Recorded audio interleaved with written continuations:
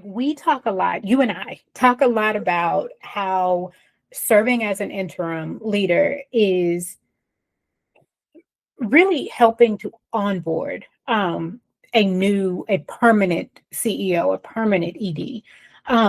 But I think I love all of the jargon that people use, and a lot of people use onboarding and orientation as interchangeable words. Yeah. Do you think, Julie, Yeah. think that there is a difference between onboarding and orientation? I think there's a huge difference between onboarding and orientation. I think of orientation as, where am I? What are we doing? I think of it as the, maybe it's the content. If orientation is kind of some of the content and the onboarding is that big umbrella, I think orientation is part of onboarding. I think orientation is usually something that is given to a wide audience. I think it's, mission, vision, values. I think it's like, who are we in the community? Where do we fit in the community? It might be some orientation to our buildings and a tour, meeting the staff and having those conversations. Like, I think of that as orientation. For me, onboarding is about, what did you really get into? Like, what is this really? And you and I have talked about this, and I'll say it a million times. I believe that onboarding starts with the executive recruiter. I believe that it starts in that discovery period. If someone has hired an executive recruiter, I believe it starts with that job description and that profile. And I say that because onboarding is about showing this big picture of where the organization is at this time and place, and what are the problems that we're facing, and what is the current state that I'm going to be having to solve. So for example, a lot of nonprofits have CRM, or the database for their fundraising. And some, nonprofits have that CRM like optimized, right? Like they use most of the fields, they're doing their messaging through it. It's being used as like kind of this perfect, if you can even say perfect about anything like that, way, or the way that it was meant to be. Or you have purchased a CRM and you're using it like a Rolodex. Right. I would argue, if you have the former, right, that you've got this high functioning CRM, your role as a CEO or an executive director is going to be reviewing data, setting KPIs, reviewing those KPIs and metrics with the board, putting it as part of your dashboard, being brought in and given lots of great information before you have to make that final ask of a large donor, right? Yeah. Whereas the latter, when you're just using it as a Rolodex, what's needed for that new CEO or executive director is to actually build it. Yeah. And help the staff understand the potential. And it often means that all of that data, that critical data about our donors, is in people's heads. And when it lives in people's heads, there's a huge risk of that information walking out the door, right? And you wouldn't have it. And it may be walking out the door with the leader that you're replacing. So it's two very different skill sets based on that one thing.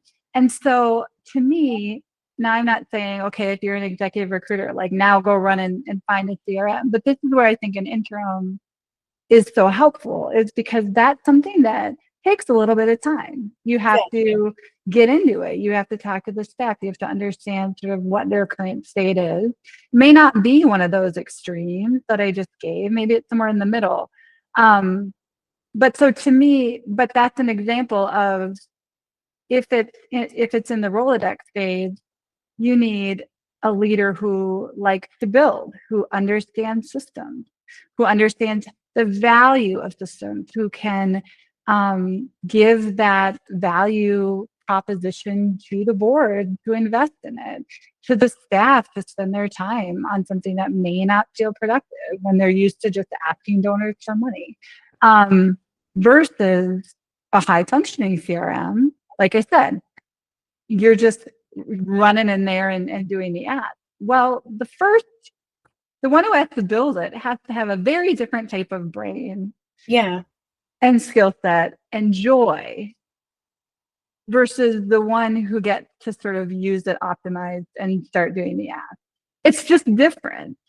And I think that what I hear you say, what I hear you saying makes me think about, again, sort of the interim's role as sort of that bridge, right? Of you're able to come in as an interim through the work that you're doing with the team, help to really sort of help prioritize the leader you need, but also where, if I'm a new leader, right? Like, look, as an interim, maybe there's a few things that I'm going to address, so you don't even have to worry about it. But here's why I think in the first 3 months, 6 months, this is where you really need to spend your time. And how valuable is that to come into a situation as a new leader? Not to say you can't put your stamp on it yourself, but to have some focus area, right? Like, because I always, when I've worked with teams to design onboarding processes for staff, and I have yet to ever see a really good one for a CEO or an executive director, right? Yeah. It is that water hose approach where you got to learn everything as well as everybody's names and where they are, and you got to do everything all at once. It's everything all the time, everywhere. And I mean, that's not setting somebody up to succeed. No. So to me, I think the onboarding, I gave that one, example that starts, right?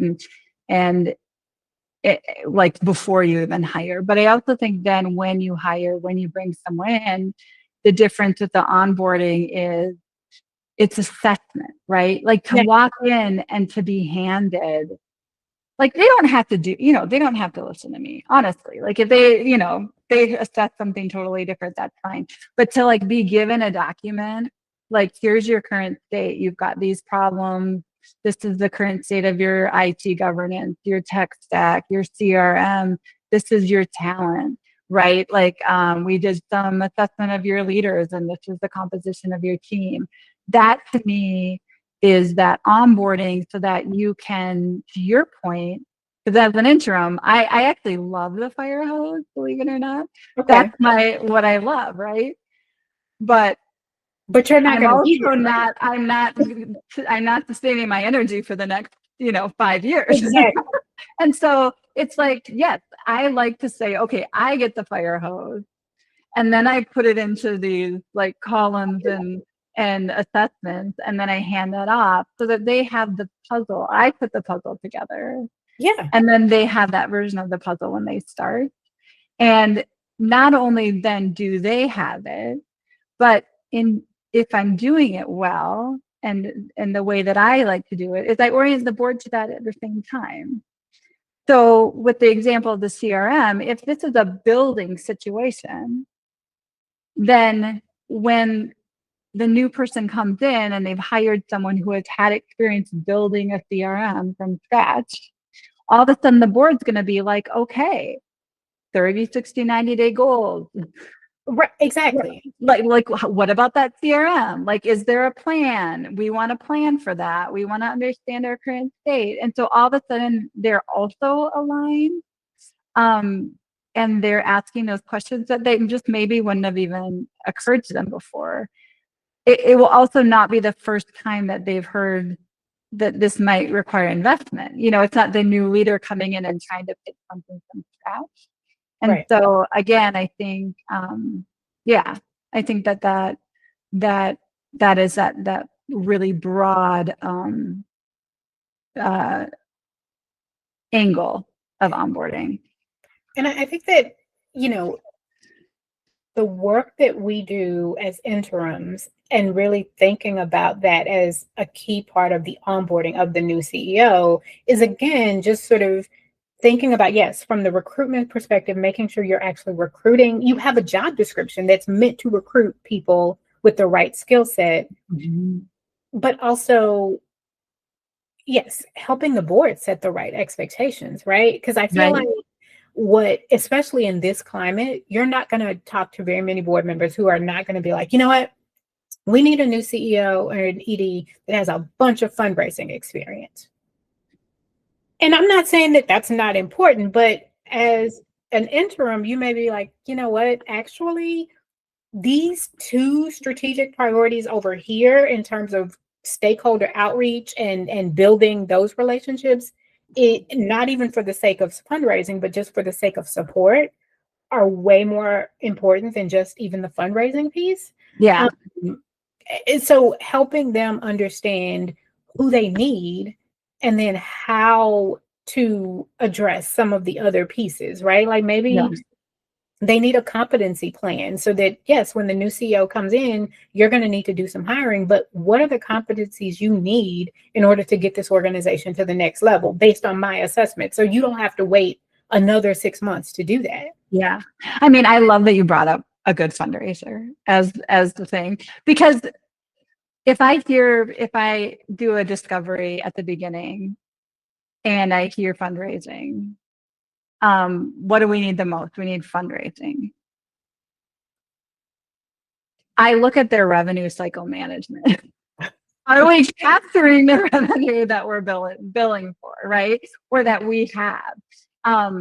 It's not, and so let's say the issue really is fundraising, right? I mean, we know what's going on in the world right now, and it is fundraising for a lot of people because they can't depend on those revenue streams that they maybe had before.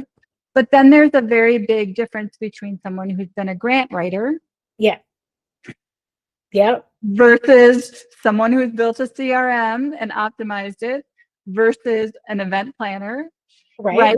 There's versus someone who's worked in foundations.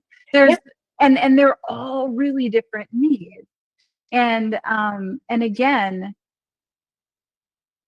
you know, without understanding the nuances of that need. But I would say that, I don't know, I'm kind of going at 2/3 of the time when people say they need fundraising, it's actually not what they need. They need sustainable revenue. Like they do. They do. But if you have a team of fundraisers, and I'm not saying that, oh, that's not important for the CEO, but if you have a team of fundraisers who are solidly, they have a great fundraising plan, they have a great outreach program, all of that, yes, the new CEO needs to understand the data, come and blend that in, but they don't need to come in on day one and be ready to run fundraising because it's happening. Right.